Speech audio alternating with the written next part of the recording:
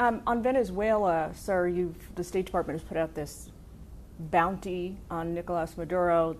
The administration took out that boat of narco traffickers, I believe, last week. Are you any closer to capturing him? Well, first of all, there's no bounty on Nicolas Maduro. What it is a reward for an indicted person. Here's what people forget. Okay, Nicolas Maduro was indicted by the Southern District of New York. A grand jury returned an indictment. They read the evidence, they saw the evidence, they returned an indictment, not just against him personally, but against a network of people in that country who use the apparatus of what they claim to be a government to conduct drug trafficking operations against the United States. So there's a reward for his capture, and it's out there, and it's available, and it was increased. That's what that's a consequence of. In addition to that... Are you not concerned, sir, that it gives the impression of advocating for some kind of regime change or pushing for that? But the thing is, we don't. Not only do we not recognize him, 50-something countries around the world do not recognize Nicolas Maduro as the rightful president. He's not the president of Venezuela. That's a title he's given himself, and that's not just us saying it.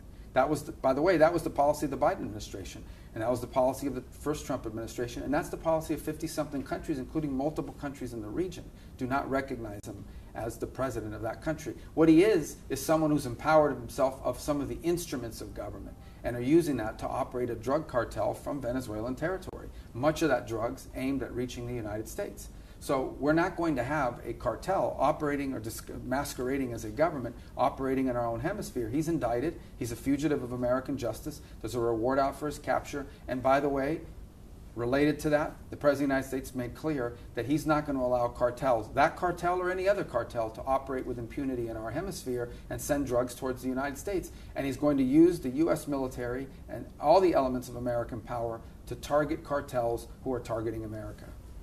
Are you concerned at all about the optic that the Trump administration is meddling in the internal affairs of a sovereign country, especially in the Western Hemisphere where there's a history of... But when you traffic drugs into the United States, you're meddling into the internal affairs of America.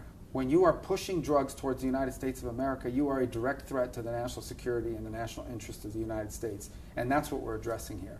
What about reporting, sir, that boat with the drug traffickers had turned around at the point which it was struck? Well, I don't know where those reports are coming from. I don't even know if that's accurate. But I can tell you that irrespective, there's a network. And the way this network runs is speedboats with multiple 350 horsepower engines, 4 of them. They carry drugs to somewhere in the Caribbean. From there, they jump to Puerto Rico. And from Puerto Rico, obviously now they're in the United States. They cross the border. So this is the network, the route that they run. We have 100% fidelity and certainty that that boat was involved in that trafficking of those drugs that ultimately were destined to reach the United States of America. And the president's made clear, interdiction alone is not going to stop these drug traffickers. They don't mind losing 2% or 3% of their shipments. They've already sort of baked that into their economic plan. What needs to start happening is some of these boats need to get blown up.